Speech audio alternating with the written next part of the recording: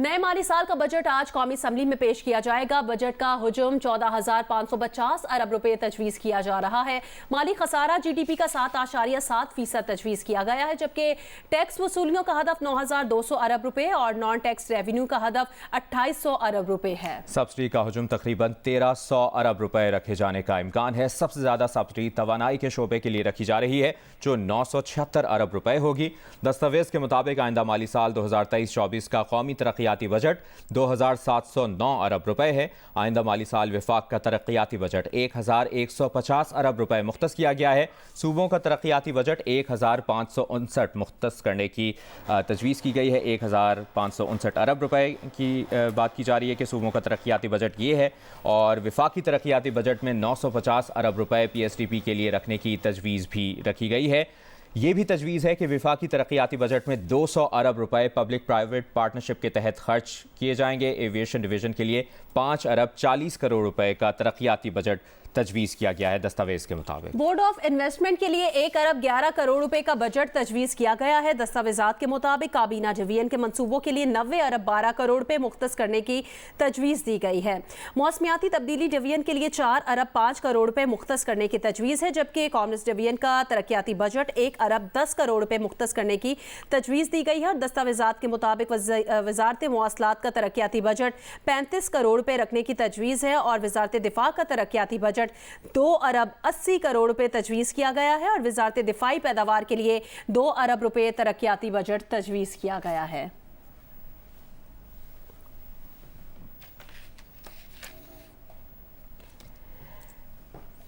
ऐसे वक्त में जब मुल्क की मईशत जमूद का शिकार है और डॉलर की कमी के बायस मुआशी सरगर्मियां महदूद हो गई हैं, क्या हुकूमत अगले माली साल टैक्स अहदाफ पूरे करने में कामयाब हो पाएगी? माली खसारे में कमी मुमकिन होगी? क्या पाकिस्तान बरामदात में इजाफा कर पाएगा?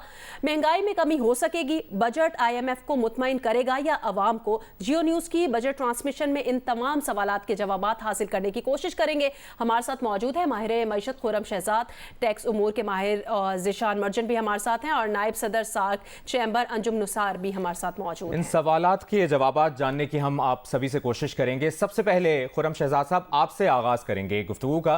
कहिएगा, रुपए के मुकाबले में डॉलर की कदर में मुसलसल इजाफा जारी है, जो भी इकदाम किए गए इनके कोई फवायद नहीं हुए। क्या कानून साजी से मुल्क में डॉलर्स की फराहमी बेहतर हो सकेगी?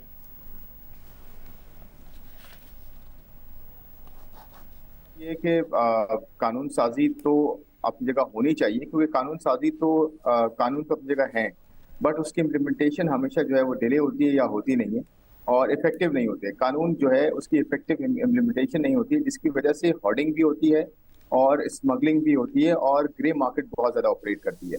तो ये एरिया जो है मेरे ख्याल में स्टेट बैंक का है, और स्टेट बैंक देखिए मॉनेटरी साइड सारी स्टेट बैंक देखता है, और इसमें भी स्टेट बैंक को देखने की ज़रूरत है कि करेंसी मार्केट में अगर होर्डिंग होती है तो वो क्यों होती है और कैसे हो रही है।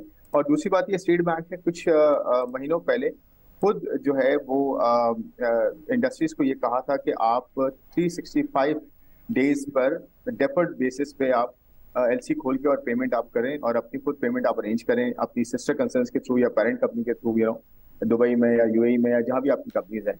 तो इसकी वजह से भी जो है करेंसी मार्केट में बहुत ज्यादा जो है उतार चढ़ाव देखा गया है, बहुत ज्यादातर जो है वो कदर में कमी हुई है।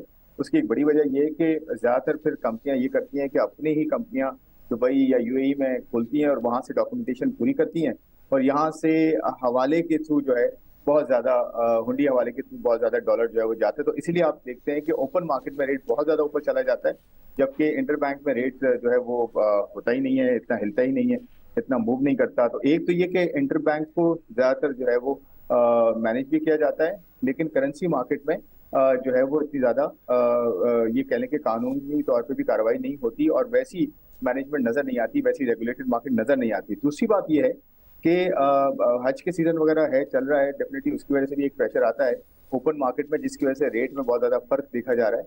तीसरी जो बात है वो ये कि कैपिटल फ्लाइट होती है, जब आप बहुत ज्यादा आप कहते हैं जिसे सियासी अदम इस्तेकाम और इकोनॉमिक अनसर्टेनिटी भी उसकी वजह से होती है, तो फिर लोग ये सोचते हैं कि जी हम अपना पैसा बाहर ले जाएं किसी तरह, तो फिर वो किसी भी रेट पे जो है वो बाहर पैसा लेके जाते हैं। तो इस वजह से आपको करेंसी मार्केट में बहुत मिसमैच। और चौथा जो मैं पॉइंट इंपॉर्टेंट है वो ये कि स्मगलिंग बहुत ज्यादा शुरू हो जाती है। जब आप रेगुलर मार्केट की इंपोर्ट्स को रोकना शुरू करते हैं या किसी तरह से उस पर कदगन लगाते हैं, तो उसका प्रॉब्लम ये होता है कि स्मगलिंग बहुत बढ़ जाती है। तो smuggling at the same time governance बहुत ज्यादा जरूरी है। रेगुलेशन इतनी ज्यादा नहीं होनी चाहिए, इफेक्टिव होनी चाहिए, ताकि मार्केट में इंटरवेंशन इंतहाई भी ना अहम हो, पॉइंट सामने रखे हैं। सप्लाई।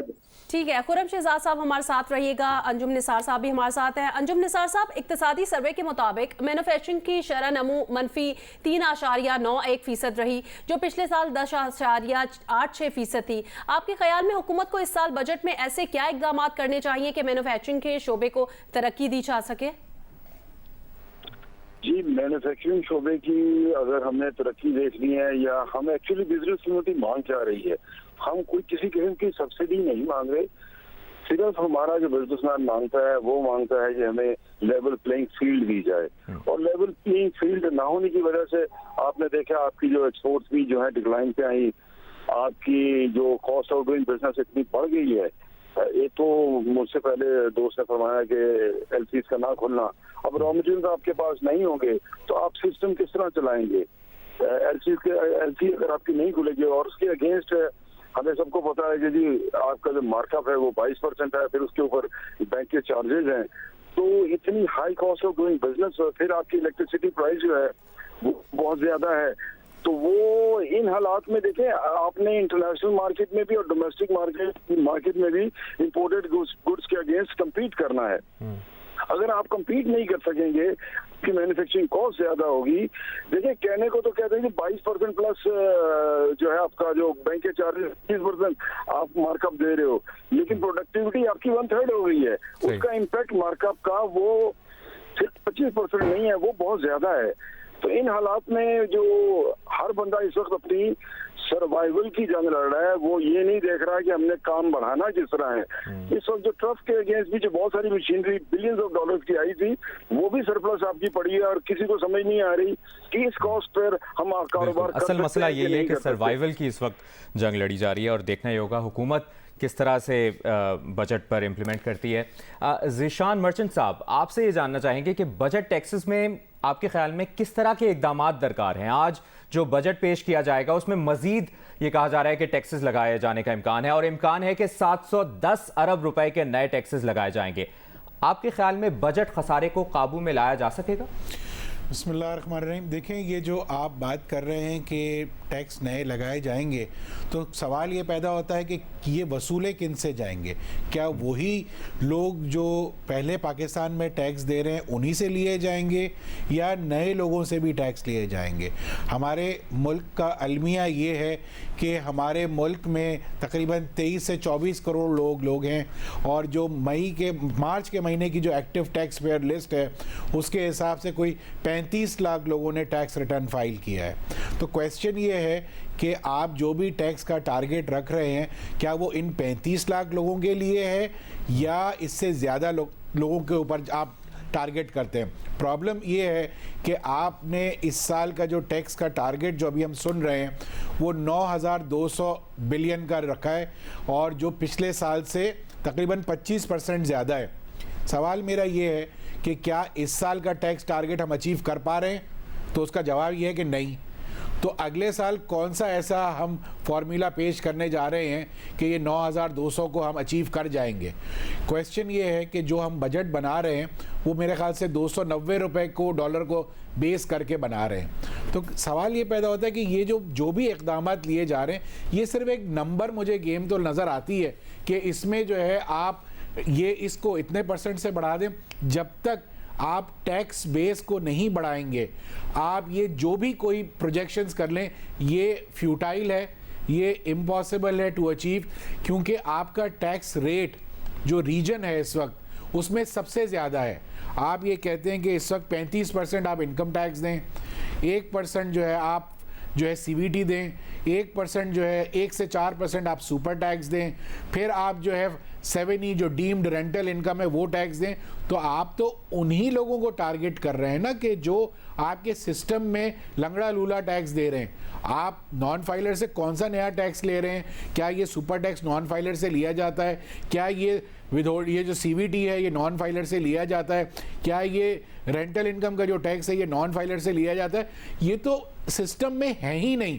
तो तो आप जितना भी प्रोजेक्शन कर लें, अनफॉर्चुनेटली जब तक आप नए टैक्स पेयर्स को नहीं ढूंढेंगे, आप ये बोझ उन्हीं पे, मुझ पे और आप पे डलता रहेगा और आपकी और मेरी तनख्वाह से ही टैक्स कटता रहेगा। अब मसला ये है कि अगर आप ये देखें तो आपकी जो इकॉनमी है उसमें जो मेजर कंट्रीब्यूटर, दो सेक्टर्स अगर मैं बात करूं, एक एग्रीकल्चर और दूसरा रिटेल एंड होलसेल, इसका कोई टैक्स में कंट्रीब्यूशन नहीं है, जीरो जी। तो ये इसको जब तक आप इन सेक्टर्स को सिस्टम में नहीं लाएंगे तो मैं और आप सारा दिन बैठ के डिबेट कर लें, सारा दिन बैठ के डिबेट करते रहे, टारगेट इतना ले जाएंगे। खुर्रम शहजाद साहब हमारे साथ हैं, मौशी तज्जियाकार। खुर्रम शहजाद साहब, रवा माली साल जुलाई से अप्रैल बराह रास्त गैर मुल्की सरमायाकारी में 23.2% कमी देखी गई।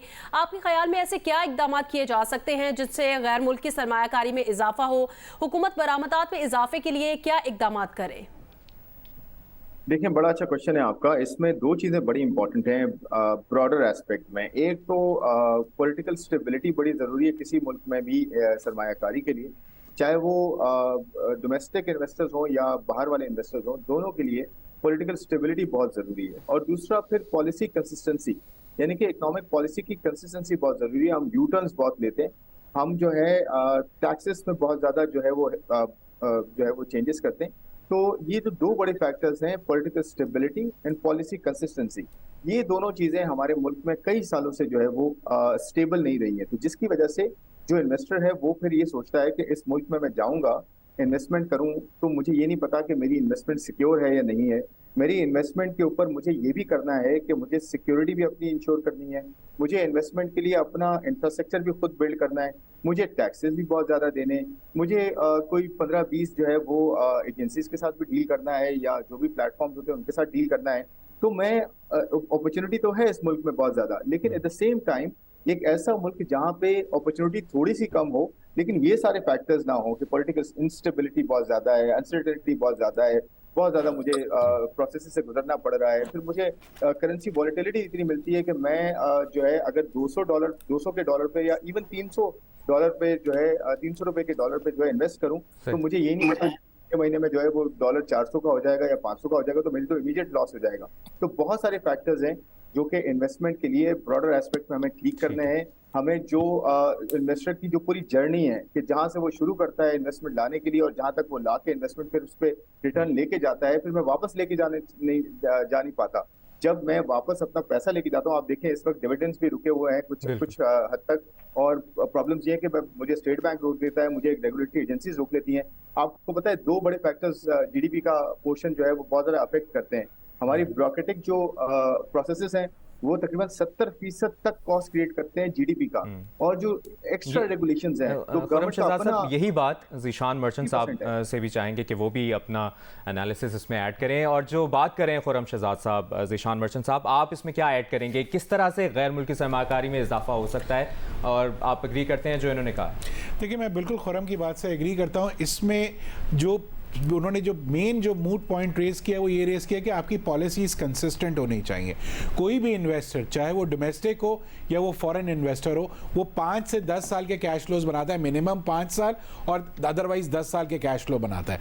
और उस कैश फ्लो में वो टैक्स को भी बिल्ट इन करता है, उस कैश फ्लो में वो जो है हर अपनी कॉस्टिंग को बिल्ट इन करता है, जो भी उसने रॉ मटेरियल इंपोर्ट करना होता है उसकी कॉस्टिंग भी बिल्ट इन होती है। तो अगर आप अगर आपकी पॉलिसी हर दूसरे साल चेंज हो जाएगी तो उसके तो सारे कैश फ्लोज आउट हो जाएंगे, तो वो इन्वेस्टमेंट कैसे करेगा? दूसरा ये कि उसको जो है आपको इनवाइट करने के लिए टैक्स रेट को लो रखना पड़ेगा, उसको इनवाइट करने के लिए आपको वाफिक मिकदार में टेक्नोलॉजी का, जैसे अब मैं आपको एक छोटी सी एग्जांपल दूं। एक हमारे जानने वाले हैं जो यहाँ पे मैन्युफैक्चरिंग करते हैं, एक प्रोडक्ट बनाते हैं जो हर कपड़े में इस्तेमाल होती है, लेकिन अब वो अपनी मैन्युफैक्चरिंग फैसिलिटी को बंद करने जा रहे हैं। उनकी रीज़न मैंने जब पूछी तो उन्होंने मुझसे यही बताया कि जी मैं कॉम्पिटिटिव इसलिए नहीं हूँ कि जो चाइना से इम्पोर्ट हो रही है, एक तो उसकी वैल्यूएशन मुझे हिट कर रही है, और फिर हमारे FTA ऐसे साइन हुए हुए हैं जहाँ पे वो अगले साल में उसकी ड्यूटीज़ जो हैं 2 सालों में वो ड्यूटीज 0 हो जाएंगी, तो मैं तो बिल्कुल कॉम्पिटिटिव ही नहीं रहूंगा और मुझे मैन्युफैक्चरिंग बंद करनी पड़ेगी। तो जब आप इस टाइप की पॉलिसीज बनाएंगे जिससे आपकी अपनी जो बेस है, मैन्युफैक्चरिंग बेस, अगर वो इरोड होना शुरू हो गई तो आप तो compete कर ही नहीं सकेंगे।